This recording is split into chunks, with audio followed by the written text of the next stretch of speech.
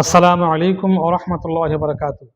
যদি কোনো স্ত্রী তার জালেম স্বামী থেকে পৃথক হতে চায়, বিচ্ছিন্ন হতে চায়, শরীয়তসম্মতভাবে মানে বিচ্ছিন্ন হতে চায়, যদি কোনো স্ত্রী তার জালেম স্বামী থেকে শরীয়তসম্মতভাবে বিচ্ছিন্ন হতে চায়, তাহলে তার জন্য একটি আমল রয়েছে।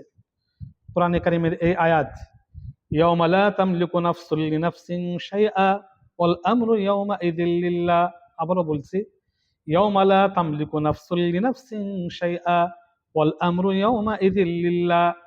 এই আয়াতটা লিখবে নিচে ইলাহি, এই কথাটা লিখে যে অমুক পুরুষের এখতিয়ার থেকে অমুক মহিলার মুক্তি, মানে ওই মহিলার নাম লিখবে অমুক পুরুষের, প্রথমে অমুক পুরুষের অমুক স্বামীর, জালেম স্বামীর এখতিয়ার থেকে অমুক মহিলার মুক্তি, বা নিজেই লিখবে মুক্তি হতে চায়।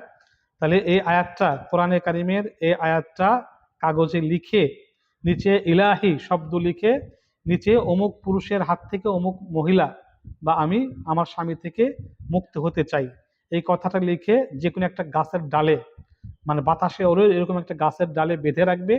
ইনশাল্লাহ সে জালিম স্বামী থেকে এই মজলুম স্ত্রী শরীয়তসম্মতভাবে খুব দ্রুত বিচ্ছিন্ন হতে পারবে। এই আমল কোনো অবস্থাতেই মানে মানে কোনো খারাপ স্থলে প্রয়োগ করা যাবে না। কোনো জালেম স্বামী থেকে কোনো স্ত্রী বৈধভাবে শরীয়তসম্মতভাবে বিচ্ছিন্ন হতে চাইলে এই আমলটা করা যাবে, তাতে কোনো সমস্যা নাই। অন্য কোনোভাবে এই আমল করা যাবে না, নিষেধ, হিতে বিপরীত হবে। আল্লাহ পাক রব্বুল আলামিন আমাদের শুধু উপকারের জন্য, কল্যাণের জন্যই আমল এবং তদবির গ্রহণ করার এবং আমল করার তৌফিক দান করুন, আমিন।